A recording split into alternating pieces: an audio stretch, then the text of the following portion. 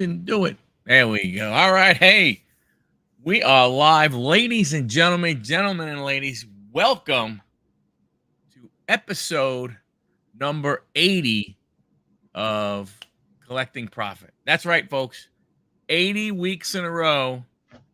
We've been here going ahead and, either, trying to bring on as many people as I can, talking about the hobby, talking about experiences, and just, sharing everything. And got a real good one today, but we've been working for a few weeks now to go ahead and pick out a date. It is finally here. We have Ben Smith from Midwest Box Breaks. Ben, thank you so much for taking time out of your day to sit here and, and chat. Definitely appreciate it. Give you the microphone and say a few words. Well, And we'll first just off, start chatting. congrats on 80 episodes. That's pretty cool. So, Thank you. giving the people what they want, and I know a couple guys that have been on really enjoyed it. So, didn't work out the first time we tried to schedule it, and here we are. And there was another universe where I might have missed it tonight too. We went down to Indianapolis and went to a ball game and had some fun and stuff. And I got your message. I'm like, oh, that's right, that's tonight. And been excited to get on this for a little while. So here we are, and appreciate you and your audience too, and appreciate the time and the platform to kind of chat about the hobby for a little bit without having the burden of opening cards and talking to myself for a couple hours. So I appreciate it, Michael. Yeah. So, when did your hobby start? How did you get involved in the hobby? Not to where we are today, but way back. So it was, I mean, I can remember it pretty vividly. It was 1983. I think my sister and I had like a buck or two. We went down to the gas station, bought some 83 tops. We opened them up, and I took them to school the next day, and my friends were excited about them and wanting to trade, wanting to buy cards from me and stuff, even back then. Oh, wow. And I kind of got a first taste of it then. I tell the story a lot where, there was a Gwynn, there was a Barfield. People were more excited about the Jesse Barfield. I actually told Barfield that story. But it was kind of cool. And then I didn't do a whole lot with it. And then maybe a year or so later, maybe like 85, 86, kind of got into it pretty consistently. And I'd always, kind of followed the Yankees a little bit because I had family from the East and stuff. And that's kind of where, my love for Mattingly stuck, because my buddies were Mattingly fans, and he was from Indiana also and stuff. Yeah. And so, I mean, I was pretty much in, through what we call the junk wax era now, but, the mid 80s, the late 80s, going into the early 90s.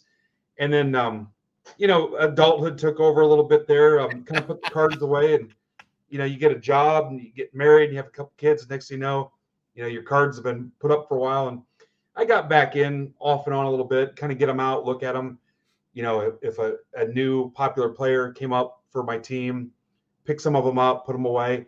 But I've been completely back in, I'll say about 8 years. And as far as I can tell, I'm stuck.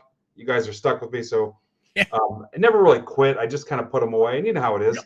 Oh, I yeah. tell my guys this all the time, because every once in a while I get a message that says, hey, I've got this going on with my family or a house or job or whatever. And it's kind of a dumb saying for me, but I just say cards are important until they're not. So, Oh, yeah. it's my full-time gig now, so they're important to me every day. But I certainly understand the people that have to prioritize. And, I think I'd be more worried about people that had other things they should focus on that were still, aggressively active in the hobby, knowing they had other things they should focus on. So it's usually a good thing when somebody tells me, hey, I've got something else going on. That's why I've been gone for a while. Oh, yeah. Oh, yeah. So, hey, hit some people up. We got Arnie's here and Brandon, Phelan. Really good people in the hobby. Corey. Big John collects. He's another guy, really good guy. Firestarter, Lockin. What's up, guys? A bunch of the regulars and everything. Yeah, and the funny thing is, it's guys like me and you who were, that were in that 80s, era, to us, it wasn't junk wax. It was like, holy Yeah. cow. Anywhere you went, you could always get cards. And it was actually like great because you would never like go somewhere and be like, no, man, I'm out. I don't have anything. It's like, what? Yeah. I mean, we didn't know, we didn't know then what we know now. But to us, it was like, man, this is fantastic. I can get all these cards. This is awesome. And it's funny too, because it was before the internet. So I lived in a small town, and you had to go into town to kind of find the stuff you wanted or go to the shows. We leaned heavily on Beckett. When I came back, it's crazy. I went to the store, bought a bunch of retail stuff, and bought like every Beckett. I'm sitting here looking up my stuff, but the collection I got back out and everything. And I was so lost. And I joined a couple of groups. My buddy said, hey, get in these Facebook groups, check it out. And the groups I were in, and I know there's some great Facebook groups, but some of the ones I was in, I didn't like feeling dumb. So it kind of led us to where we are now, where, the group we created, we pushed to really support new and returning collectors, because I've been on that side of it. Hey, what's an RPA?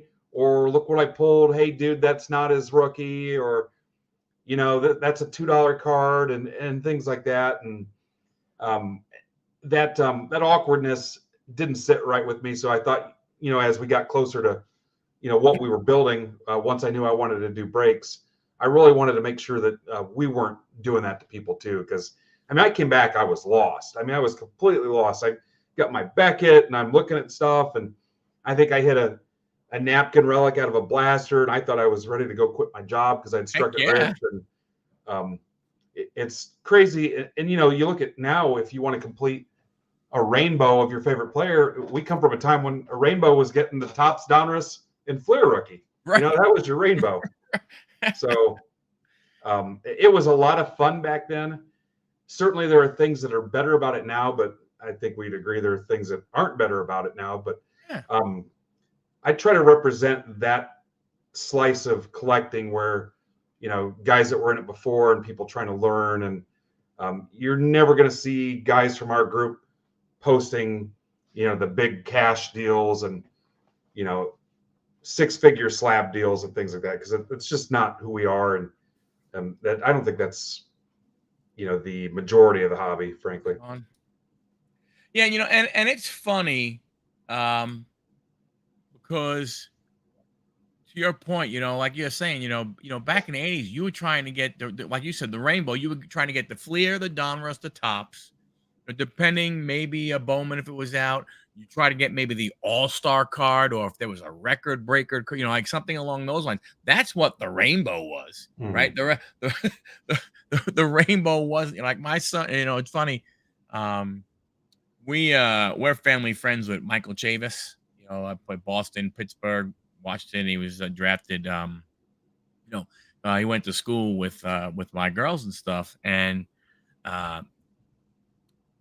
the 2022, I believe it is, Stadium Club, not Stadium Club, the Platinum, Chrome Platinum. He's trying to do the rainbow, and it's, to your point, the number of cards he has to try and get is crazy. Yeah. It's absolutely crazy, the amount of cards that he has to try and get to complete it, and the funny thing is what sucks is now, like with the hardest thing is, the one of ones. Yeah. The first time when I came back, somebody told me about breaks, and I got into it, and I was hooked right away. But I was in a break, and I got a Bill Cowher 1-of-1 printing plate. And I thought, this is it. I've struck it rich. And, in fact, I find a comp on another printing plate for like $80 or whatever. But, the concept of that, how can there be 6 different 1-of-1s and everything? It's tough. And, there was a point in my life where, like, as a kid, again, Mattingly, if there was a Mattingly card I didn't have, I had to have it. It didn't matter what it was, what it cost. Can you imagine doing that now? It's impossible for a guy that hasn't played in, his last year was 95 and officially retired in 96. Even now, it's impossible for a guy that hasn't played almost 30 years, Yep. you know, Yeah. and you would drive yourself crazy. I mean, you would also drive yourself broke. Right. But, I don't know how people do it. And I've got buddies that have been looking for one of ones to complete rainbows and other cards. And then you run into the situation where, a guy on eBay has it, buy it now at some outrageous price because he knows somebody's looking for it. So it's, And to your point, it's tough. That's why I was saying, like he was talking about, doing it and everything. And I said, it's a labor of love to go ahead and do, because you have to stay on it, because it's like, it's like, you think about it, it's like, listen, you know, with the way it has to happen is that, all the factors are, someone has to rip open by that box that it's in. They got to rip it open and not just take it and keep it on their shelf. Then they have to want to sell it. And then you have to catch it at the right time, because more than likely you're not the only one who wants that card. So, certain things have to line up perfect for you to get, stuff like that, yeah. And the people that I see complete them, like, the multi-card puzzle, like the Tar Heels Jordan that's signed and crazy things like that. And I've seen some really cool NHL ones and stuff like that. I mean, kudos to the guys that pull that off, because number one, it's not cheap, but two, just the research. And, I've got a guy that we do a thing on Twitter called Set Builder Sunday. And I see the same guys on there all the time trying to complete these obscure rainbows and stuff. And, we've got a buddy that's been looking for, I think it's like the Shaq Griffin finite 1 of 1 for a couple years, I think. Yep. And it's a challenge, but it's not something I want to pursue. I've completed smaller stuff, but I made the mistake of pulling out my PC cards and going down that rabbit hole and finding some of the stuff, things I kind of casually pursued and kind of gave up on, to try to complete. And, there's just not enough hours in the day and not enough resources, but it's fun for the people that do it. But it can be nerve-wracking for people, I'm sure. Yeah. Yeah. Yeah. I said, like Brandon, I don't have the patience for set building. God bless. Yeah. I tell you, that's, and we'll get to a little later, but like with the national and stuff, it's great. It's crazy to see those people and everything. So you said about 8 years ago, you get back into the hobby, where you kind of know, hey, I'm in and everything. How do you progress to, where you are, Midwest box breaks? So, somebody told me about breaks. I had a buddy I worked with, a coworker, and we're talking about cards. It's like, have you tried breaks? I'm like, I don't know what that is. Well, I guess I should either go kick him or maybe thank him. But it pushed a lot of buttons for me, and I'm a big hanging out community.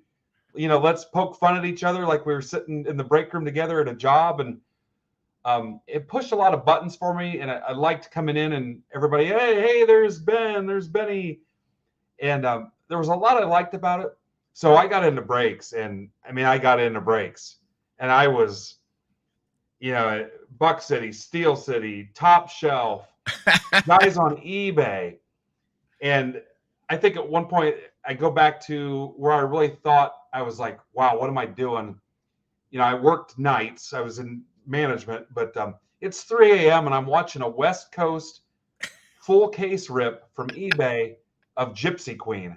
And I've won 12 of the teams, 12 of the 30 teams. Oh, wow. And it was Gypsy Queen. It was West Coast. And I don't know if this guy was a real big breaker or not, but I didn't really spend a whole lot. But Right. I'm sitting here at 3 a.m.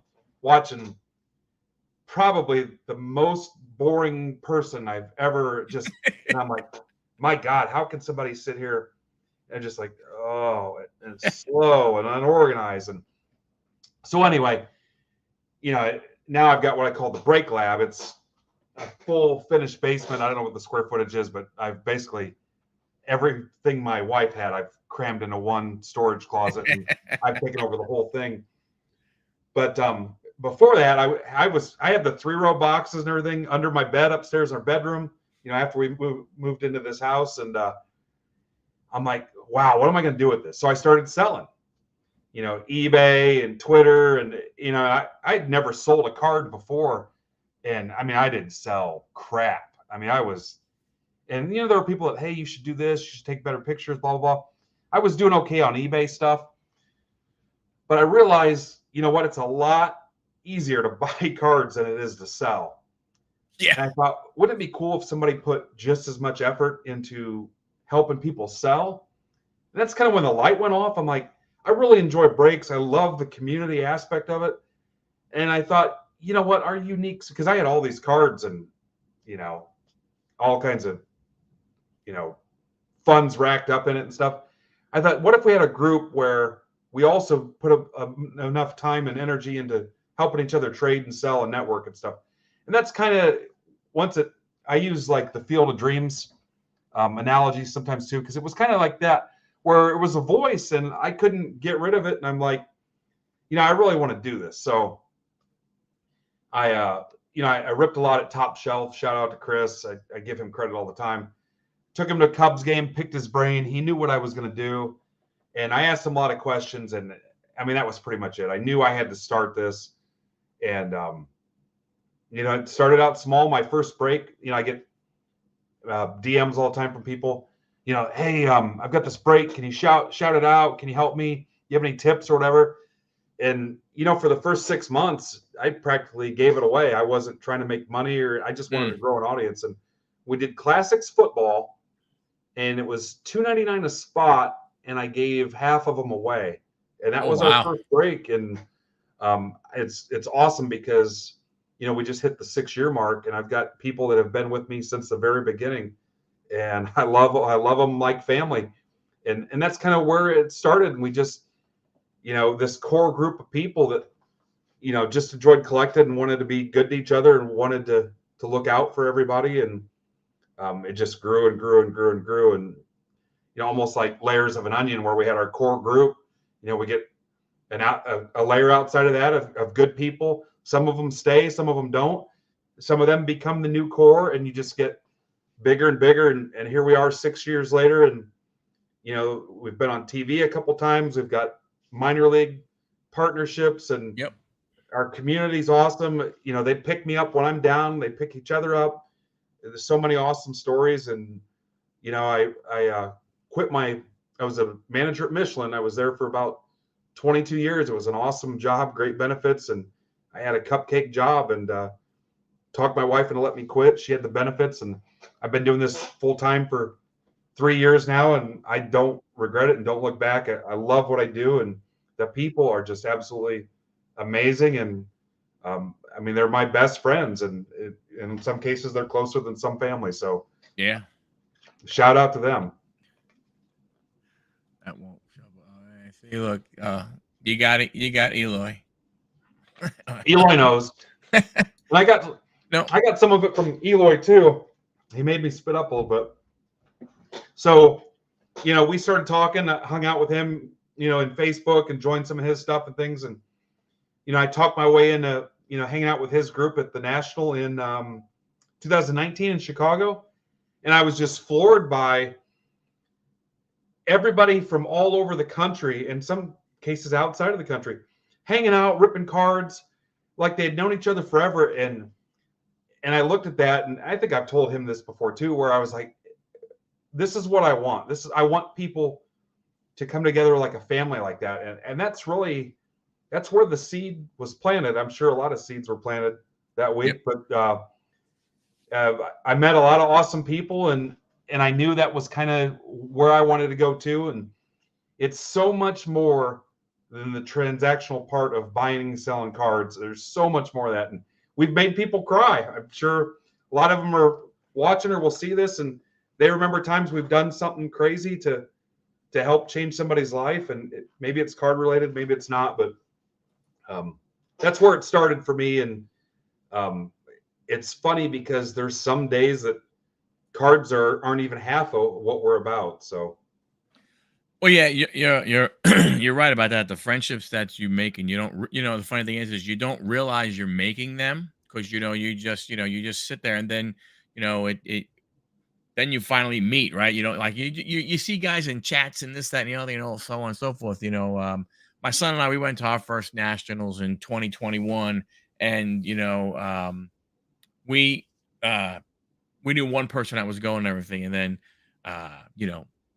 last year when it was in Chicago, you know, we made arrangements to meet some of the other guys that are typically in the chat here doing a whole bunch of other stuff, and the same thing was like never meeting these people other than like the way you are right now, you and I are right now, and everything, and texting, going, "Hey, where are you? I'm here. Okay, I'm there. Let's meet up." And it's like boom, it's like you'd known each other for so long. Sure. It's amazing, it's just, bringing everything, it brings it together. It's really, yeah, Midway's Brock's best community in a hobby. You know, it really is a great thing, the hobby, and there yeah, we hear all the bad crap, like you hear about what happened in, what was it, Dallas or Nashville? Was it Dallas? Yeah, I think it was Dallas. Yeah, and all that kind of stuff, and that kind of sucks and everything, but don't worry. Those guys will get theirs and stuff, and but because and why? Because the hobby's gonna look out for everybody else. Yeah, The hobby's I gonna think the come thing together too. and stuff like that. I think the thing too is when you see somebody announce their departure, like they're at the airport, that hey, I'm leaving the hobby. There are people that are really cheating themselves because there is so much value in the relationships and the friendships and the networking beyond the buying and selling and trading of cards that, I mean, it's basically free. I mean, Yeah, I've got people that we see and talk to every day in my community that I bet they don't spend $25 a month, sometimes nothing for 6 months, but we see them every day. We engage with them. We're friends with them. Nobody sits there and says, "Hey, you haven't been in anything." right. It's so much more than that. And honestly, that part is free. I mean, that just enhances your hobby experience. And I think people think that they're not hobbying properly if they're not spending 10 grand a year or 1,000 a month or whatever. There's so much more to get out of it. And some of the most valuable people to me in my community are guys that just contribute in other ways and don't spend anything, and their friendship and their support and their leadership is worth so much more than filling a break spot or buying a card. Yeah. But we know, Michael, there's a pocket of the hobby that will probably never experience that and never understand it. Yep. And they're usually the first ones to leave. Yeah. Yeah. I mean, it's definitely it's definitely an experience, like you said, the people who get in, get out, or something, they have a bad experience, and I get that part, and I mean, but to your point, the coming together when you, like you said, you have an onion here, but it's even like when you peel back the onion on the hobby, and you get to when you can get to know the people, and you get those friendships, that you again never really, it's not like they find you. It's weird. So like I have friends now, guys that I've met, guys that I haven't met, that I truly consider, friends, that I will share, personal stuff with them and stuff like that, that I wasn't intending to. Yeah. I didn't expect that. I mean, it's a piece of cardboard with a picture of a dude on it, or a Yeah. girl.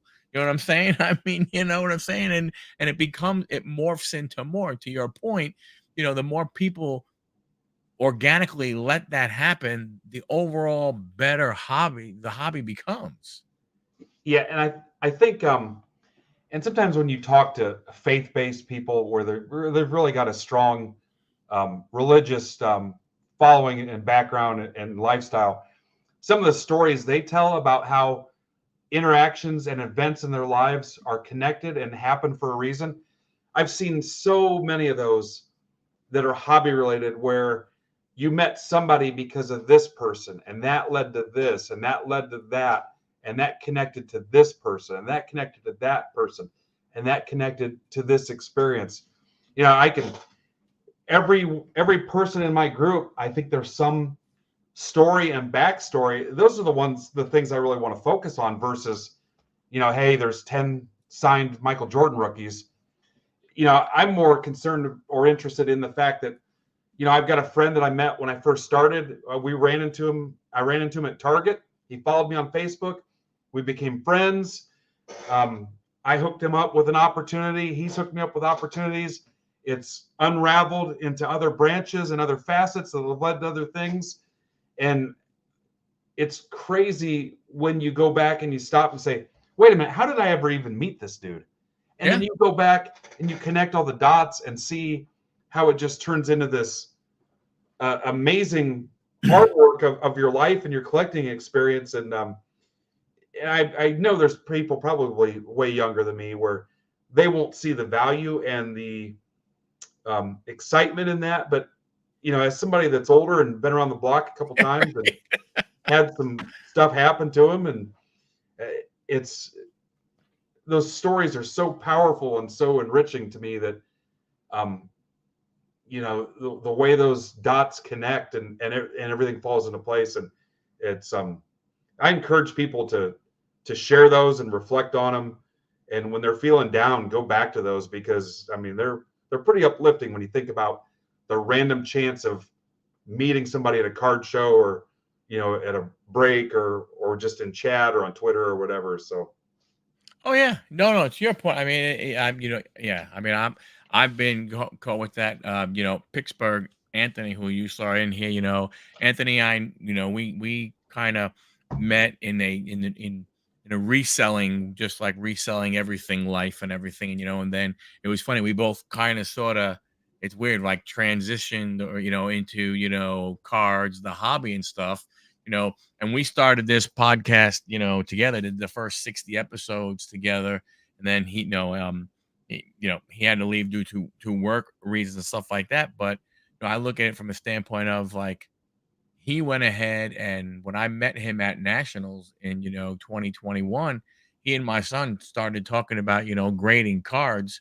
My son went ahead and started grading cards for a company that he was working with, and now my son has his own little like pre-grading service that he goes ahead and offers up to people, makes some side money from it, just because they met each other, they started talking, and next thing you know, like you said, it's just one thing, just things keep, they lead onto each other, lead into each other.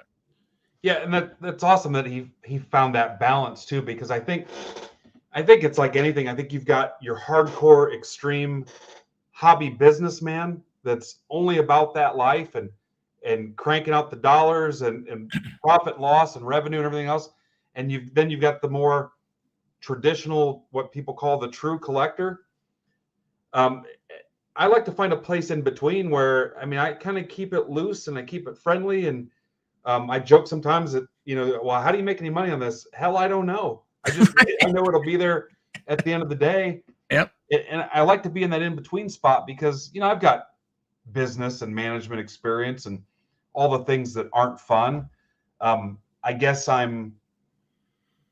one of my weaknesses is at this point is, I really only work for our customers and our community, and I can kind of do it the way I want. And I don't sit here and say, hey, I need to make X on this product and I'm just here for the rip, and things just seem to work out in the end. And my wife does pretty well in her job too. So if I have to, I just pretend I'm going to a job and punching a clock every day. But to me, that's kind of the nice place, because I don't think, everybody that lived fat during the pandemic, where, you couldn't ship out cards fast enough.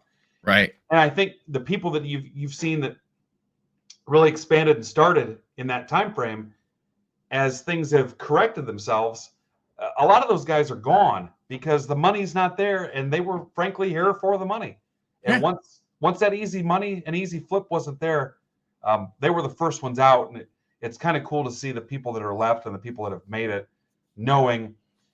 And I talked to people had like 30 years experience, when I started doing this, and they warned me. They talked about, when I first talked about quitting and doing this full time, they warned me about 2013, when football was about worthless, and Yep.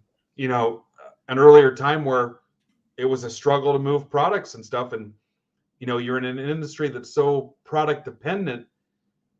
what do you do when there's no product? I mean, you need content, you need community, and that's the thing that keeps you going. And the people that are only focused on those products, you're setting yourself up for some tough times when it's not there. So the people that have made it have built strong communities and worked on their content and some of the opportunities that they offer. And the guys that were just, bottom line profit and loss, again, like I said before, have moved on. So So when you start MBB, then you when you first started selling, when you first started, were you an eBay guy, a Twitter guy, a YouTube guy, IG? How did you get it off or was it district from the beginning? Like how did you launch it? well, we I had a friend build a website. It was midwestboxbreaks.com. It's still alive technically. I use it more to direct traffic to the district site now, but we had a traditional.com website. I did try a couple eBay breaks. I thought the process was just tedious as hell. I know a lot of guys are eBay only. Um, and like everybody else, okay, we're doing eBay, we're selling cards on eBay, or we sell them on Twitter. But as our community grew, I found personally that I was less reliant on eBay. And I think we've gotten to the point now where, I mean, I don't sell anything on eBay. And, it's not a knock on the people that use eBay. There's some successful guys making a lot of money on eBay. We have found a way through Twitter, especially, and through our Discord, and now through District, where, I mean, a lot of us don't sell anything on eBay Right. because, the whole argument for eBay is we get more eyes on it. I mean, you really only need a couple eyes and a couple guys that are interested in the stuff, and you're there. I mean, only one person can own the card, unless it's one of those other fractional. We won't get into that, but one person can own the card, and you need one buyer. So it doesn't matter if 10,000 people look at it if none of them want the card. Right. So I'm pretty proud of that. Our community has made a lot of money and put money back in hobby pockets, not relying on eBay. So I'm extremely proud of that. How did you get involved with district? Through Ivan Lovegren. Once he went to district, him and I have been friends for a while, and he said, "Hey, this would be perfect for you. It's built around communities, and it's driven by communities, and it's powered by communities, and we've got a great community at MBB and with Midwest and Break Club, and just our Twitter following and everything." And I was immediately interested in it, and I committed to it. A lot of guys are in between where still selling in a Discord chat, still selling on Twitter, on a website. And I just kind of said, you know what? We're going to be the first guys to try this. It wasn't long before I went all in, and I don't sell any breaks on the .com. It's 100% on district. And between my sales, our other breaker sales, and I think we're up to like 630 sellers on district. About a month ago, I think we hit the $3 million mark. So that's not on eBay. That's nothing else. It's not Whatnot or anything. It's just through our district community and through social media and Twitter and stuff. So, but Ivan gets it. I'm a big fan of Ivan. Loyal. Yeah. The guy, he just knows, and he's one of those dudes that if there was a mayor of the hobby, I think it would be him hands down. He's neutral. He's honest. He won't sugarcoat it. I've had a phone call where it started out with him yelling at me because, he felt like I was in the wrong on something. He's honest, and he will shoot straight, and the guy will do anything for you, anytime, any day, and he is an ambassador of the hobby, and I'm proud to call him a friend. So I don't know if he'll see this or not, but he's changed the trajectory of my business and my life and our community too. So I'm eternally grateful to him. That's awesome. Yeah, he was great when he came on and everything, and and like I said, it was funny when you know after and everything, we messaged each other on X, and I said, hey, if there's anybody that you think can think of that I should reach out to, let me know. And he's like, yeah, you Ben. because I will go ahead and let him know that you're gonna say something or so on and so forth. And I'm like, okay, cool, thank you very much and stuff like that. So I mean, you were the first name that came off of his lips when I asked the question. So I mean, obviously the feelings are mutual between the two of you. Yeah, I've got a lot of respect for him, and like I said, I don't need somebody to worry about how big our community is or how much revenue we drive for things like that. I need somebody that if I'm wrong, you got to tell me. You got to Yep. tell me if I'm wrong, or I'll never know. And I love the fact that he's comfortable doing that because I mean, how else do we learn and grow? I don't need an echo chamber, and he, the commitment he's made to the platform and to the hobby community, even before district, it just speaks volumes to his character. And again, proud to call him a friend. So That's awesome. That's great. So and you break anything and everything? yeah, we're baseball heavy. I'm a big baseball fan. Um, I've tripled down on baseball, especially once we got into the Fanatics Breaker program. I enjoy all the other sports. We've ripped basketball, football, hockey. Our hockey community is awesome too. Star Wars, F1, soccer, UFC. Um, Again, I think once more things move back to Tops and Fanatics, I think we'll rip more of those too.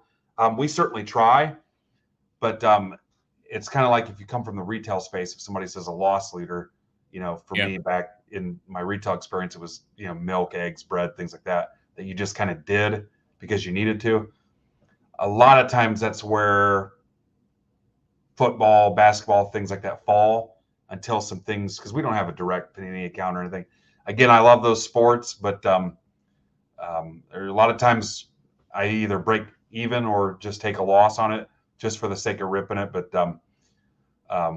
we've got wrestling through referee Brandon Toll, Zebra Breaks, who's got experience as a wrestling referee, and he does wrestling stuff. He's brought in that community, and he's helped us out with soccer and other sports too. We've got Cowtown Donnie for soccer, and I'd love to find somebody. If there's somebody with a strong football presence, we'd love to do some stuff for football. We've got Eloy with us now too. He'll be doing some stuff, but I'm a fan of all that stuff, and I wish it was easier to get some of that stuff, but just this infrastructure in the hobby, with Panini and the other sports right now, I'm just already looking around the other side of it, once these licenses are done and stuff, and hoping to put cards in people's hands and do it the right way versus, the broken system we're working with right now. So since Fanatics took over and you mentioned Gypsy Queen, but how do you find it now that you don't have as many, not brands, but different products, right? Because you don't have Gypsy Queen, you don't have Fire, you don't have Gallery, And I'm not saying, I mean, that those were big breaker items, but at least it was stuff you could kind of fill in gaps while you're waiting for, Chrome to come out or while you're Yeah. waiting for Series 2 to come out and so on and so forth. Have you seen that kind of stuff? See, we're a little different in that I know that there's a lot of breakers that won't touch the base heavy stuff. I don't mind it. And I'm fortunate that I've got some help with me for the sorting process and stuff, but I don't mind ripping the base heavy stuff. So, the flagships and even the heritage, I'm on public record not being a fan of things like heritage and archives. I'll rip it though. My people want it. I'm an advocate for collectors. Our free set builder thread and all the stuff we do to help set builders out and stuff. Just because I don't like it doesn't mean I won't rip it. So again, the base heavy stuff, I'm not worried about heritage archives, Gypsy Queen, Ginter, stuff like that. We'll rip that. I guess I'm on board with eliminating some products, but I think if you asked every breaker and every collector out there, pick 5 things you'd like to see go and 5 things that absolutely are your deal breakers that you don't want to lose. I mean, I think you'd find a different dynamic across a lot of people, because it's their own personal taste. It just kind of depends on what Top/Fanatics feels is productive and keeps their market afloat. But you name a product, there's somebody that loves it. I mean, I'm a big fan of triple threads and Bowman's Best, and historically those are our most popular products. But I see the feedback on social media and stuff. People hate this product, they hate that product, they love this, they love that, and um, I try to touch every new release that comes out, and then when you have the opportunity, some of the online exclusives too, because there's somebody that wants it, and I don't. There's things we rip that really, honestly, I could probably take the cases if I was allowed to, and just flip the case and be done with it. I won't do that because people enjoy it, and I've got an obligation to collectors. I feel accountable to the hobby that I'm not going to skip products. I won't do it, and I can't think of the last product we absolutely said we're not ripping it, because I'll even do a case or two of it, things like that. So, well, to your point, as a businessman, you can't run it based off of just everything that you like. yeah, You have to go ahead and go by what your audience, what your customers, want and stuff like that. Because if you go, look, I'm only doing what I like, after a while, you might be alone. yeah, you from that standpoint. So I get it. No matter what happens, you have to, you have to go with it and stuff. I just didn't know. I'm just, curious I figured, with the basketball and the football and stuff, as that stuff comes over, obviously it makes it, I don't want to say not easier, but to your point, all of a sudden now more product becomes available to you, because you have the relationship already. So getting into it and getting the right quantities at the right prices and stuff, will be a big thing for you. So that'll be good as it grows. yeah. I'm excited to see some of that stuff come back, and you know, um, when Tops had those licenses, they were cool looking products and stuff. And I don't, we could go on forever about things we don't like about Panini. It is what it is. It's an industry, and there's competitors, and I think competition is great. I don't want to see anybody have a monopoly. I don't want to see, I'm a big fan of, the two gas stations on each side of the street in the Yeah. price war. And, you see some of the stuff going on with, the break comp account, and how, we're kind of keeping breakers in check, and posting prices and things like that. I think it's healthy. And, I still operate with the, um, motivation to try to support collectors and save them money, and whenever I can make them money. So I don't want to see anybody have full control of anything. So whether it's breaks or cards or products or sports or whatever, I'm an old school guy, and um, we want the variety and we want the competition. Yeah. So far this year, we are more than 6 months in. What kind of big hits have you gotten from your some of your baseball stuff that you've done? Well, I'll show you one because it's up for sale now in District. We hit this Otani anime to 25. Woohoo! But we just hit a 1 of 1 Yankees Jeter Rivera dual booklet out of Tier 1. Nice. Evan Carter Superfractor, I think, out of Chrome Black. And everybody gets their run. They get their ups and downs and their highlights. And, we certainly do that too. We might go cold for a little bit, then we pop something big. And Yeah. I get most excited out of the PC related stuff. Oh yeah. Looks like Dom asked my favorite products. Triple Yeah. threads and Bowman's Best. Those are, it's documented that I love those two things. I would rip triple threads 7 days a week if I could. So it's just, I think I like the products that, oh, cool, what's this? I've not seen this before. Right. Or, I like the surprises. So Yep. I'm kind of excited about some of the stuff they're doing now with things like Chrome and Bowman and stuff like that, where you're like, wait, what the heck is this? Mm-hmm. You find out, oh, there's 1 in 6 billion chances of pulling this card or whatever. But yeah, the PC hits excite me the most, especially like somebody hits them in a random or a $10 break or things like that. Our record is the 1 of 1 Jason Dominguez at a 20 Bowman Sapphire, the Papa Dodger. We call it Papa wow. Giorgio. But that guy got in the spot for $14. No way. Card sold at auction for 62 grand. So that was our record. So that was, I don't know that we'll ever pass that. And it was a pretty cool experience. So we've had a Brady and a Mahomes flawless dual auto to 5, I think went for like 12 grand. And I don't, the dollar amounts don't excite me as much as the fact that I know the person that's getting that money. And, you know, in some cases it's life changing. If nothing else, it's life improving. Yeah. And that excites me because of the connection, because I know who the customer is. And, you know, we don't talk about the values a lot because it's tough to dwell on those and it's not really what we're about. But when it impacts somebody like that, and I know that, you know, they can pay off their tuition or, you know, whatever, help with a remodel or their wife's been off work or whatever, it's pretty cool to see. Yeah, just normal. I mean, you know, normal stuff. I mean, you know, and to your point, it's not even necessarily is it you know the big you know the big 5-digit cards. You know, it's all sometimes you know those cards that are a few hundred that help somebody from from month to month and stuff like that. You know, from that standpoint too.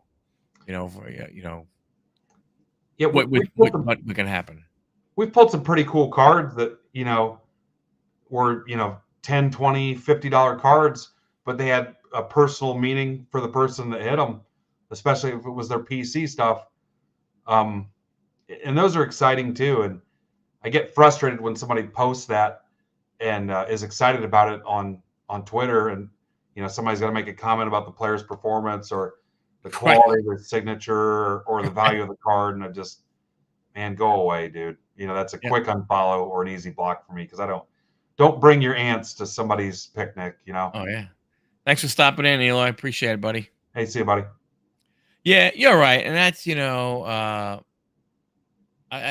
that's the one thing, and especially because to your point, you don't know where that person is in the hobby when they post that card. That could have been the first break they ever got in, and to them it's like, oh my gosh, and stuff like that, and that new person in the hobby who could have a great experience all of a sudden because of a few knuckleheads, Yeah. it sours them a little bit. And to your point, there's really, I mean, no need, man. Hey, you love that card? That's what's awesome. It's your hobby. It's your collection. If you love the card, that's great for you. It's not going to hurt my feelings if you don't think my card is worth it. I mean, it goes because I've been doing this. I've been in the hobby for a long time. But for someone brand new, I can understand how they go, oh man, I thought I had something great. All these people are telling me this is a piece of crap. Why am I bother spending my money doing this stuff, right? So, just move on. Keep scrolling. It's really that simple.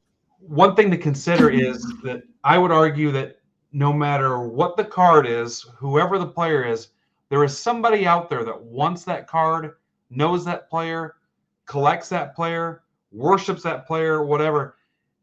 The challenge for you as a card seller is to find that person, to make that match. There is somebody. Let me see what I got sitting here real quick. So I was going through some stuff. So like Brad Ziegler. Ziegler was our first professional athlete guest on our show. Oh, nice. Ethan Roberts. I talked to Ethan. He's also in our break club too. Dakota Hudson. I had somebody, we give away tickets at the Tin Caps games, Padres High A affiliate. Somebody looking for Dakota Hudson. More Roberts. But, Phil Hughes, we've done some stuff with Phil Hughes. Oh, wow. Josh Van Meter, his parents live down the street from me. Like I said, it doesn't matter. There's somebody out there for everybody. Cody Bolton?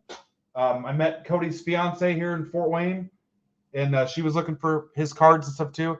The challenge is to go make that match. And I'm telling you, you could sell any card. Here's some stuff from 91 Bowman we ripped the other night. There's somebody that wants Gary Reedus, Jay Howell, Don Peters, Rex Hudler, Kenny Rogers. Oh wow. Bob Welch, The Boone gambler. Palmer, Raphael Belliard, and even old Frank Bullock. Somebody wants Frank Bullock.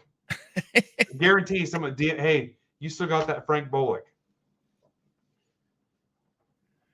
So Dominic, how many of your breaks are exclusive to district or to YouTube? He's seen a bunch of your breaks, but missed most live. So we stream. The stream starts from district. So the whole aspect and the benefit of district of the community is when I go live, I have the ability to boost it and restream it onto YouTube, Twitch, Twitter, Facebook, and now Instagram. And if I really wanted to, probably Discord too. It'll archive onto YouTube, but also in district. If you go to my main page, MidwestBoxBreaks.net, and go to the live stream tab, it archives there too. So Yeah. there, everything is recorded and saved. But you can watch them on YouTube. But the experience is so much better in district because of the live chat, the quick auction features, and some of the things, as the content's going on, you jump in, you make your auto guesses and play our games and participate in the chat and make the live purchases and stuff. It's really there. It's funny because there was a time where all I wanted was YouTube subs. The ad revenue is less than peanuts. It's not even the Brock Circus peanuts, or foam shipping peanuts. And now I'm like, it's so much better on the district platform. And that's not just me, shilling for district. It's so much better. And again, they're all archived there, and the team is great. And for people that I break here, I break there, I'm on Whatnot, I'm on eBay, whatever. I mean, I've got direct access to a team where I can say, hey guys, I want this. And they'll work on building it. Or, hey, this isn't working right. And they'll fix it. They show up in the live stream, ask the questions, and they're behind the scenes fixing it. And I'm not going to get that anywhere else. And, as the breaking landscape changes, you're going to see people moving all over the place. I'm here to tell you, I'm not going anywhere. I have no reason to. The connection I have with this team is amazing, and I'm loyal to a fault. They're great to me. They take care of me, and I don't care what's going on anywhere else. Our community will support me. Will stay here, and they're gonna stay true and be here. And just proud to be a part of it because it's given me the ability and the power to expand our audience and to help smaller breakers. If you're a smaller breaker, trying to find your audience, come on over, shoot me a DM and let's talk about it. My people are supportive. There's 50, 60. I went on last night and told them, I said, I'm just going to create this crappy podcast for an hour that I didn't even put any prep work in. I'm going to open some packs and give some stuff away. You want to come over and watch? Hell, we had 72 people in the chat. Oh, wow. And it was probably the worst hobby viewing experience I'd ever seen, but we had fun just because of my skill set on this kind of thing. I'll get the Discord link and post it in the chat here while we're talking. Yeah, so if you follow me on Twitter, they're both pinned there. The thing about the Discord, and the Discord is free, when you join, there's kind of I call it an airlock. It's a welcome room. You need to read that welcome message. It's our guidelines of the community and stuff. But the bottom is a green check mark. You need to click that check mark to let you in. It's a way to kind of keep the bots out, the spammers. And Oh, yeah. Once you click that green check mark, you'll be in the Gen chat and people will welcome you and stuff. The Discord's free. It's called Break Club Discord. There are rooms that are kind of premium access for our Break Club token holders. But you can come in, hang out, ask questions, talk hobby, whatever you want to do, and we'll welcome you with open arms. There you go. That's the link to it. Mountain Dew probably owes me a little bit of money for as much screen time as we got. Yeah. So I mean, is district more geared towards the breaker that versus a singles seller? I think it's both. Again, I mentioned the marketplace. We've got over 600 sellers. I think as I become more aggressive about bringing breakers over, my goal is to have a 24/7 hobby channel. But the guys that are doing it right and putting in the work are having a lot of success moving singles. And we've sold big cards, we sell small cards everywhere in between. It's really built for both, and honestly, the content portion of it's there where, I mean, you could just go on and talk and show off stuff, and it doesn't matter if you're a card guy, if it's Legos, GI Joes, Transformers, antiques. If you've got a community and a following and something you're passionate about and interest, I mean, you could really drum up any kind of district you wanted and go on there. And I'm trying to think, Hot Wheels, I mean, you name it, Barbies, dolls, whatever. I think it's really geared towards the future, where if I was sitting here, I'm trying to think of an example. If I was doing small craft woodworking stuff and I said, hey, I really like using, this specific tool or knife or whatever. Mm-hmm. Oh, hey, if you guys want one of these, they're listed in my shop right now. They're $10 each and $3 shipping. Oh, wow. If somebody was interested in what you were doing, they could sit there and buy those. And it's so much more than just for cards. There's some awesome opportunities there for people that are passionate about their craft and their hobby and their side hustle. Yeah, like I said, I've jumped in, looked at different things, see when people are going live and stuff, and tried to when Ivan was on, he said, one of the big things that he's seeing, happen a lot is guys doing, the player breaks and stuff. He's like, because, that's, you get your PC guys, so on and so forth, and I tried a bunch of those. I mean, I missed out. I, won a couple, but I missed out on a bunch. But that's just the way it is, right? I mean, it's an auction. And, if you're there at the right time when it ends, you can snipe. If not, it is what it is. So you win some, you lose some when it comes to auctions. I mean, that's just normal. So from that standpoint, I got introduced to it actually first time, not through sports cards, but through the other side of my reselling business, because I sell, other stuff. I sell, CDs and action figures and all the other kind of stuff. And I had heard some other YouTube resellers that I still, follow a little bit talk about it, and hey, come to ours, and we have, started so on and so forth and so forth. And that, just dig a little deeper. And next thing you know, hey, wow, there's a whole big sports card thing. Holy smokes. From that standpoint. Yeah, and I think too, we've got 5,400 members, but I see some of these antique communities and stuff with I just looked today and we're like the third or the fourth biggest marketplace on there behind these antique communities. And I think the hobby guys are so stubborn to try something new and to take a look, and they're so terrified about something different. Really, I should have 20,000, members. Yeah. But people are, well, I don't want to. And a lot of times they're misinformed. Well, I don't want to download this, or I don't want to this, or I don't want to that. And you're like, that has nothing to do with this. And it's a little frustrating. You have to be patient. We've been doing this, 2 years now. And that's the biggest hurdle. And I've seen it in other things too, because I'm proud of the fact that we're usually the first to try something when nobody else will. And or just because we're the first ones to say, yeah, let's give it a shot. And that was kind of the case with District. I've been involved in some other ventures too, where I said, yeah, our community will give it a shot. And we're eager to test and try to break stuff and have fun with it and challenge it and push it and try to help other people in the hobby find things that reach every collector. And I'd like to see more people just come over and poke around and look. You're not going to break anything. You're not going to see a mysterious bill. All the payments are through Stripe and PayPal. The biggest payment processors in the world. Everything's backed 100%. Payment protection, consumer protection, everything.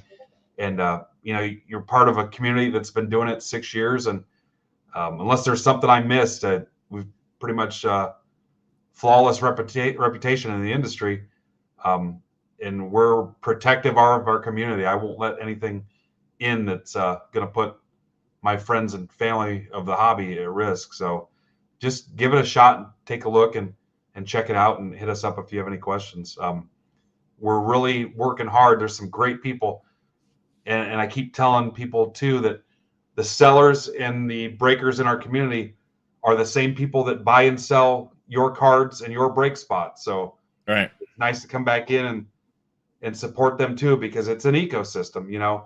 If people buy into breaks and breakers don't try to do anything to help those people back, or it's a dead end, it's one direction, where are we going to end up? So my sellers and my community members buy into everybody else's breaks besides mine, sometimes not even mine and the other guys. It's all about their experience, but they're buying those breaks, they're buying those singles, they're buying the repacks, all that stuff. So come back in and support them back and help bring eyes to their listings and stuff. Well, Discord just got 2 new members because Dom joined and I just joined. All right. So I'm looking forward to poking around and seeing what's going on there. And you asking how long we were going to go for, and I tell you we're going to start talking. Next thing you know, time's going to go by. Yeah, I've missed the window that my wife is up. She gets up early morning. I'm good, so we can just lock it down and do this all night. I don't know if anybody's got any questions. Yeah. You know what? I mean, I'm pretty open and transparent. If there's something you've heard or something you want to talk about or anything, one question that I need to know: what in the hell is over your left shoulder there on that cardboard box right there? Left shoulder. What's that right there? Right there. Your left shoulder. Right there. Put your arm down. Oh, right there. Here? Yeah. Those are the. What are those? Those are the Costco box. Oh, cool. Yeah. So my son's actually a manager at Costco. He grabbed a bunch for me, and then my buddy here in town is a member, and he ordered some for me too. So I've got like 30 of the Costco boxes. We've got the National coming up, and I need stuff to rip for our guys in our community. So I'm a little light on wax. So I was like, you know what? I'm going to get some Costco boxes. I think there's some Fanatics mega boxes here too from Series 2 and some other stuff. But sometimes you got to get creative if you can't find wax. And a bunch of us are getting together for the National and having a little rip event. So where are you going to be? I mean, you have a booth and stuff or a table at the National? Or are you just going and being part of it? No, last year I set up in the Breaker Pavilion, and I'll tell you, Michael, it was so much work. I didn't have a lot of fun, and we had so much to rip because Topps Chrome released that week too. I mean, I busted my ass, and by the time we were shut down and stuff for the night, I was exhausted, and I didn't have any fun, and I hate not having fun. So I'm not setting up this year. We're gonna hang out Wednesday. Like 30 of us are going to the Guardians game Wednesday night. Nice. Thursday we've got kind of our little private community event we've set up with. We're going to get some pizza and rip some cards and stuff. The rest of the week's pretty open right now. So, you know how it is. The hotels always have, the lobbies are always packed for trades and stuff. But, I'm sure I'll consume a couple adult beverages and hang out and stuff. But Wednesday and Thursday pretty much locked down. I'll be honest. Usually by Sunday, I'm about ready to go home. I might go in early. And make a final lap, because as great as the National is, it's a gigantic card show. Oh, I know. So when you're done, you're done. And you can look at a lot of tables, and my argument is, if you're a vendor and you're set up, you've got maybe 10 seconds to get that person's attention. And if I go by and it looks like every booth I've seen all the way back to the 80s, I'm not going to, Or if nothing's priced. What's that? Or if nothing is priced. Yeah. I like the dollar bin stuff. I like going through and buying those in bulk. I'll look at some vintage. But, yeah, I don't need to, if you've got football from the last 2 or 3 seasons there and slabs and stuff like that. I can see that stuff anytime. There's a Right. good chance it's going to be overpriced. I don't need to spend any time in that booth. I'm looking for unique stuff. I like to buy the cheap older stuff that I can buy in bulk from the guy because I know he wants to get rid of it and then give it away to my group. I'll tell you, at least half the stuff I buy at shows, I end up giving away. Yeah. If I'm going to give away, or I like the uniqueness of it. Small things like, remember the pins from the 90s? Oh yeah. I mean, how over here in my other room, in my storage room, I probably still got 40 of them in there where I might have bought them for like 25 cents each, but I bought a ton of them and I just give them away. I think they're cool, especially people that weren't around. A kid that's a Reds fan that's 20 years old has probably never owned any Eric Davis stuff, to get like an Eric Davis pin from the 90s or something. Oh yeah. My kryptonite was starting lineups. I had a ton of starting lineups. I still like picking up those if it's PC stuff. I love going through and finding that kind of stuff. I think the biggest card I bought was an altered 56 Mantle because I needed one. I had one before. Somebody stole it. And it was kind of my way to say, hey, I'm back after, a divorce and everything else and back into the hobby and stuff. It was kind of my way to kind of reward myself for going through that stuff and coming out okay and dealing with it. So it kind of had a personal meaning to me. The card, it wasn't trimmed or anything, but for whatever reason, it didn't, they slabbed it as altered. It's a Mantle. I'm a Yankee guy. I'm a Mantle guy. I'll never need to sell it. I don't care. I've got the card. Right. I don't care what the grade is. But I think that's probably the biggest card I've ever bought at the National. I also am one of those people that I don't like really buying stuff for myself. I mean, I really need to like something for me to do it. But I'll go around and find, and even the local shows too. I love buying the weird stuff, Yep. especially if it's cheap and I can use it for giveaways and things like that. So, Yeah. So like me, like I was saying, so first national my son and I went to was in 2021 in Chicago, and it was just.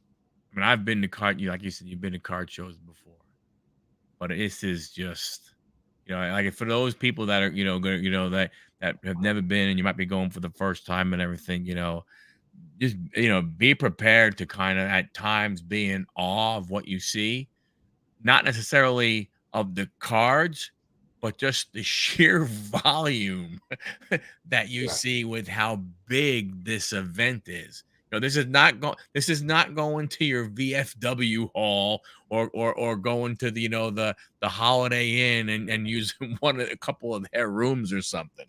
So if you've never been before, it's truly amazing. And I tell you, the other thing I would say is, if you see a card that you like, if it's of your guy, it's a PC card, you go, wow, I'd like to have that. I recommend that you go ahead and get it, because as soon as you start walking around, you forget where the stuff is. yeah. I think for me, wear comfortable shoes. Yeah. Pack light if you can, because you're going to be carrying that stuff around. Don't put yourself in a situation where you've got a great big framed picture or something you've got to drag with you through the show for all the time. Whether you do it on traditional pad and paper or pad and pen, or put notes in your phone, you see something, if you're after a 57 Topps Mantle and this guy's got it for X, write down the booth and the price. And I would say, especially if you're going to be there more than one day, get a lap in first before you make any big purchases and kind of see what's out there.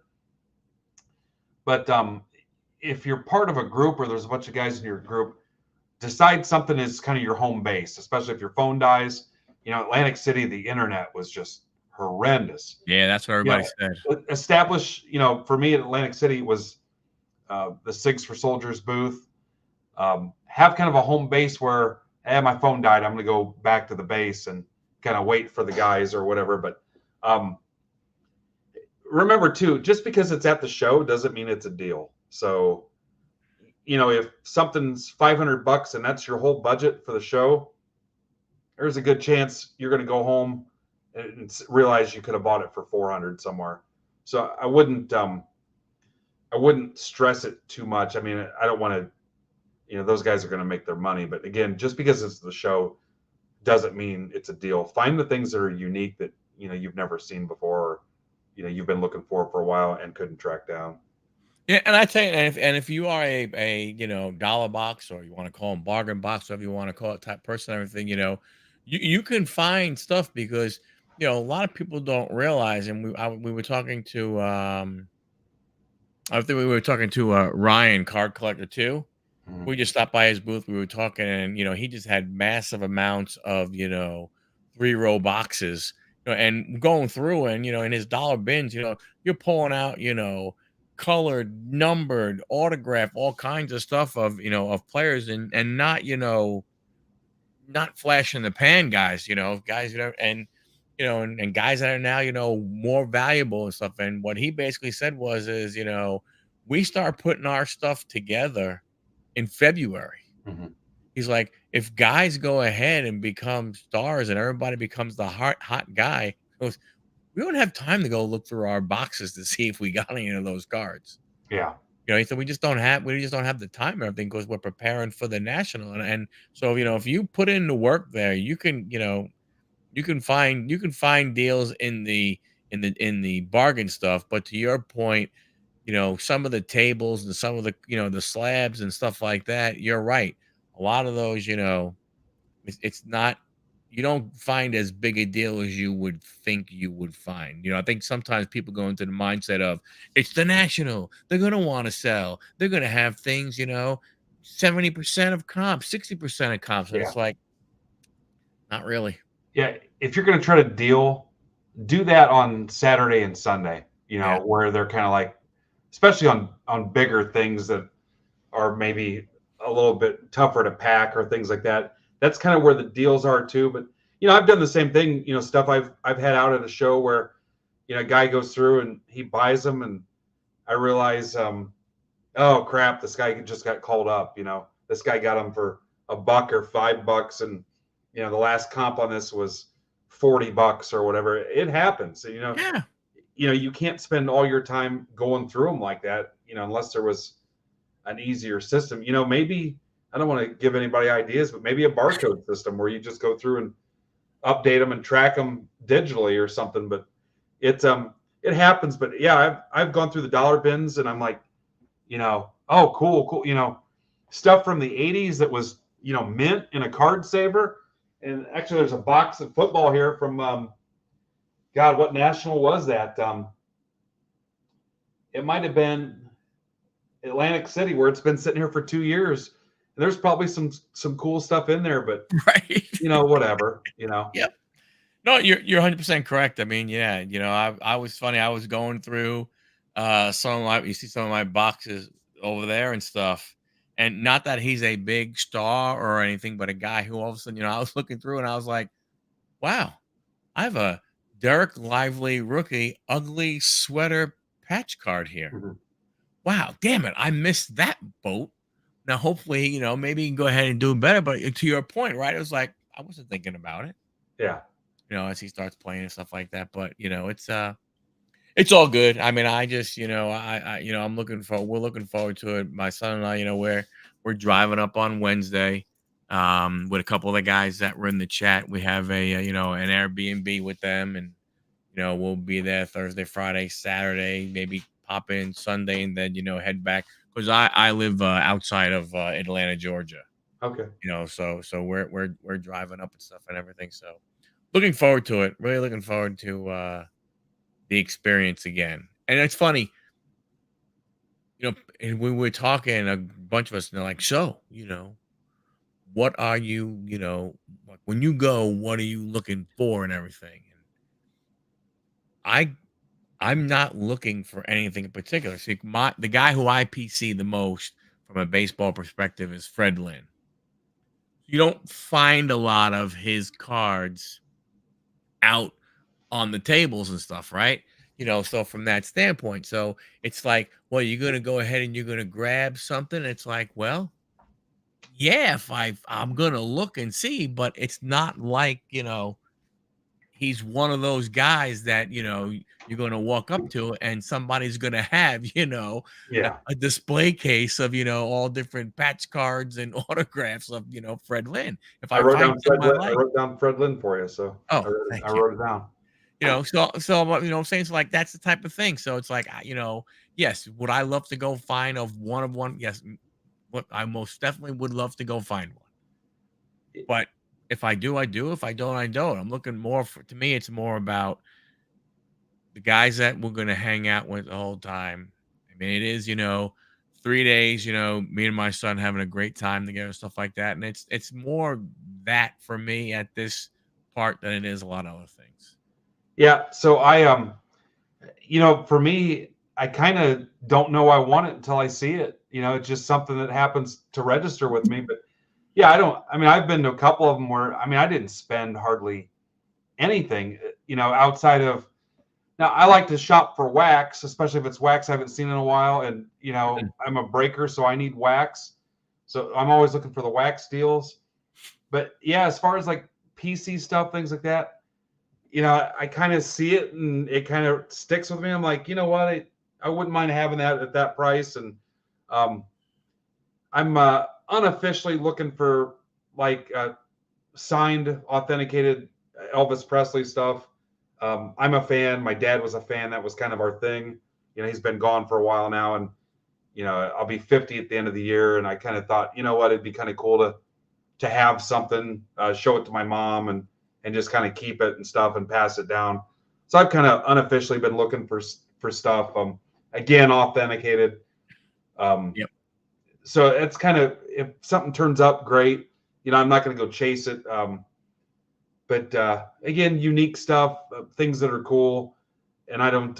There's nothing. I think the one year I bought like just a Yankees shirt just because it was like majestic and it was like just regular clothing. And I don't know that outside of wax I bought anything. And you can have a lot of fun and not spend anything. So there's nobody's tracking, hey, you went to national. And you know some of the people that enjoy the hobby the most might only go and spend $100 and come home with a bunch of junk wax to rip, or Yeah.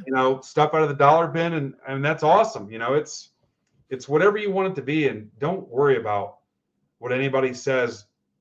There's somebody out in the hobby just like you, and or has the same interests as you. They're just maybe not as loud or not as vocal or have a big following. There's a lot of those guys in our group too that just enjoy collecting cards and putting sets together. And we're not all out there making, again, the 5 and 6 figure deals for cash and a bunch of black label pristine stuff and things like that. It's that's just the loud portion of the hobby that the rest of us are like we think we are. So Yeah. I agree. It's a lot of fun. But it's funny what you just said about, because, like a couple of the guys that I gonna go with, right? One's an Astros fan, one's a Cubs fan, and if I'm going through the dollar box and stuff like that, and I find, some numbered Astros or some numbered Cubs, I'll probably be like, man, you know what? Yeah, I'm gonna get these and I'll give them to those guys, later when we're hanging out and having dinner later or something along those lines. Like, same type of thing. Sometimes I find more when the last two that we went to, I think I found, you know, more stuff for other people than I did for myself. And the funny thing is I was okay with that. yeah, I enjoy it more. Yeah. I mean, I'm into. I mean, I've given away Yankees stuff, and I've got guys in my group too that, if they're a gigantic Braves fan and a new person comes in our group and they're like, oh yeah, I like the Braves, they give away, their team, they hit their team in a random or whatever, and our random team breaks. They're some of our fastest selling things because guys in our group know that, hey, these guys know I'm a Mets fan. If they hit the Mets, they're probably going to trade me for whatever team I've got Right. just to hook me up. And some of the coolest cards we've hit have been as a result of guys making those trades in like a $10 random. We just had one happen. It was like an $11 break, and the guy hit something huge after a trade. And I was looking around like it was going to be laying here in front of me, but but I get so much more rush and energy and adrenaline out of those things than I do, hitting something big for myself. And I'm sure these guys over at MBB are just hippies, man. They're tree hugging collectors, and yeah, it's legit. I mean, and I've got guys that spend a ton of money, and they probably enjoy it just as much. But dude, I've seen so many people come in and just throw their credit card down and spend tons of money, and they burn out in 30 days because they didn't get what they needed out of it. Right. And if you get in something that's so bottom line or hit dependent, you're going to be gone. And I mean, I could give you a list of 30, 40 people I've encountered in the last 6 years that they came in gangbusters and bought a bunch of big spots and, got pissed and took their ball and went home, because they never stopped to make that connection. And I've got guys that probably haven't spent $200 in 6 years with me that show up every day, and they're valued members of our community, and frankly, they're friends, and they find a way to live within their means. And the last thing I want somebody to do is put the chase for big hits ahead of their personal priorities and obligations and stuff. And we just I enjoy what I do, but I also enjoy the role we play in the hobby and the community and the impact we have on people. And I don't ever want somebody to, and it's happened. I've had messages where, hey, I've got to leave because I can't manage it. Mm-hmm. And the first thing I tell them is, hey, how can I help you sell? And how can I help get something back to you? And how can I support this? Because I don't, somebody will buy that break spot. I don't need them to do it and cause conflict in their home and with their finances and stuff. So we just keep it so loose and fun. And again, on the days that I'm not at my best, our community is so awesome that they pick up the slack. And just really fortunate to do something. Your whole life, people tell you, hey, do something you love. Do something you love. When you got bills to pay and you got kids and family and obligations and a mortgage and things like that, it's easy to say do what you love. Right. But at the same time, I worked in a factory for 22 years, and before that I worked in retail. I didn't love it. It paid my bills. Yeah. But it put me in a spot to be able to do this. And it's so funny because I looked and I tried other things and was involved in other ventures and stuff like that. And this just kind of, I'd been collecting cards since I was a kid, and I was out there looking for something that was here the whole time. And it sounds like a country song, but I don't know if it's 80 hours a week, 90 hours a week, whatever I do, it doesn't feel like work because I enjoy it so much. So, yeah, I mean, hey, like they always say, right? If you're fortunate enough to get to a point in life where you are doing something that you love, it will not feel like it's work. But like MTV, he said, the trade, it is real. It definitely is real. It may not happen in that same break, but there's going to be a time when, you're going to go ahead and make a trade with someone, and they're going to hit the big card that you would have. And, maybe, a couple breaks afterwards, you'll be on the receiving end of it because, you gave somebody else, their PC, their team. And maybe you didn't get your team, but you got another team, and boom, you get a hit, out of that one. So it's people, I believe in it. I always do it. I mean, there's very few, like we'll run breaks amongst the little community that we have, the card community and stuff like that. And it's like, okay, we know Matt likes the Cubs. Sean likes the Astros. We know Mike likes the Phillies. We know, so, Arnie likes the Indians. It's like, hey, I got the Indians. What do you got? You got the Brewers? Sure.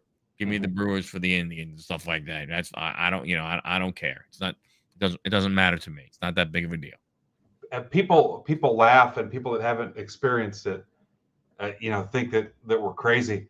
I mean, I've seen Yeah, it so definitely. many times where scenarios like that where how did we get to this spot? And you connect again, like I mentioned before, you connect the dots, the trades, and this guy made this trade, and this guy made this trade, and he hit his PC, and this guy worked with this guy and brought him into the breaks, and especially when we hit a big card, and when you work backwards, and how did this guy get in our community? How did he get in this spot? How did this break? And it's so personally fulfilling and entertaining that um, it happens every week, and I love it. And I'm so excited for the people that it happens to, because I know there's people that hey, I've bought 50 angel spots. I'm still trying to hit a trout. When they hit a trout, we're so happy for them as a community. Oh yeah. Yeah, because that's the way it's supposed to be, or and or the guy who, yeah, and then it's even like better when the guy who had been buying the trouts loses out, or but buying the angels loses out on the angels that break, then somebody trades with them and he hits the card. Yeah. Like that's even like, oh man, this is pretty cool. Yeah, and I think people don't realize too that here's how I am as a collector, and here's my social media profile, and here's what you think is me. But there's a story behind that person. And I'll get a DM from somebody that, hey, I've had a really bad week. This happened, blah, blah, blah, or I've been down or whatever. And this really lifted me up. Thank you. I appreciate your community, things like that. And it means even more. It's a $10 break spot, it's a $20 card, whatever. But the value on the fact that you lifted somebody like that. I had something like that too, where I thought it was small, it was no big deal, but it literally made the guy's week, because he had a rough week, and whether it was personal issues or job issues or health or whatever, the power of the $10 break spot or the $20 card, or the PC, it could be something that monetarily, it comps at $5, but the power behind that card, it it's so awesome to see. And I don't think people fully realize the ability they have to do that to people with, in a lot of cases, cards they don't even care about, that are sitting there that have, you know, it's a $3 card, but it's going to have hundreds of dollars of emotional impact Yeah. to somebody else. It's one of the coolest things about this hobby, and about the community too. Yeah, it makes for great stories. It makes for great experiences when you can, when you're getting around and you're you're sitting around, you're talking and so on and so forth. You're in chats and everything. It's like, yeah, hey, remember, that break 3 weeks ago when Bobby went ahead and traded me my team and I hit blah blah blah. Oh man, it's awesome, and so on and so forth. I mean, it's just that's the good part of the hobby and stuff. You Yeah, know, if I ever hit the lottery, I would do nothing but make those connections. I wouldn't even, you know, for as awesome as breaks are, and what they've done and how they've brought the community together. I mean, I enjoy it, but I enjoy that other piece so much more. I've got to, drive the engine, and run the circus. But if I was ever in a spot where I could do less of that, or delegate it to somebody else, I mean, I'd really focus on those stories and those connections, and magnify those versus, hey, this autographed graded ticket went for $127,000, or some of the stories you see on social media. To me, I've got no interest in that. I'd rather hear, the kind of the stories we've talked about. yep. So if you're watching and you got a ton of money you're looking to burn on something hobby related, I'm your guy. So I've got ideas. I hear you. I hear you. Well, hey, we've been go for hour and a half, a lot longer than I thought. That I wanted to keep it and everything. I appreciate you taking the time again out of your evening away from your family and stuff to go ahead and and spend here. As we go ahead and and shut it down. Any last words? Well, I guess yeah, 90 minutes. So I appreciate your time as well. But yeah, if you got any questions, or you've got if you want to check out our community, the district is midwestboxbreaks.net, and I'm on Twitter at midwestboxbreak. There's no S on the end because of the character limit, but just check us out. And I know there are people out there, not everybody's a fan of what we do, or they're not a fan of me. Go see for yourself, and talk to people involved in our community. It's not I've heard the word cult before. Our people are passionate about what they do, and we're protective of what we've built, and we look out for each other like we would family. So check it out for yourself and jump in, hang out, ask questions, and see what you think, and give us the feedback. But there's so many people we can help and bring them more joy and more value to the hobby. So that's really what we're about. And I appreciate the platform to do this. And you want to bill me for a half hour, I'll be looking for Fred Lynn cards at the National. So I'll be at the National the whole week. If right. Shoot me a DM, and I'm pretty liberal with buying people beer if I see them, and hanging out, or all of us go out to dinner or whatever. So I look forward to kind of meeting everybody and hanging out. So I most definitely will. Again, thank you very much. Thanks for everybody in the chat. Thanks for being a part of this. Again, hey, we'll be back here, next week and everything. Thanks again for the chat, for the questions and everything. Appreciate all the support, you guys give to the show each and every week. And, with that, thanks again. And don't forget, Ben's information is in the description. Go ahead and go there. Check him out. Check out all the stuff. And even district is in there, the website, the IG, X is there.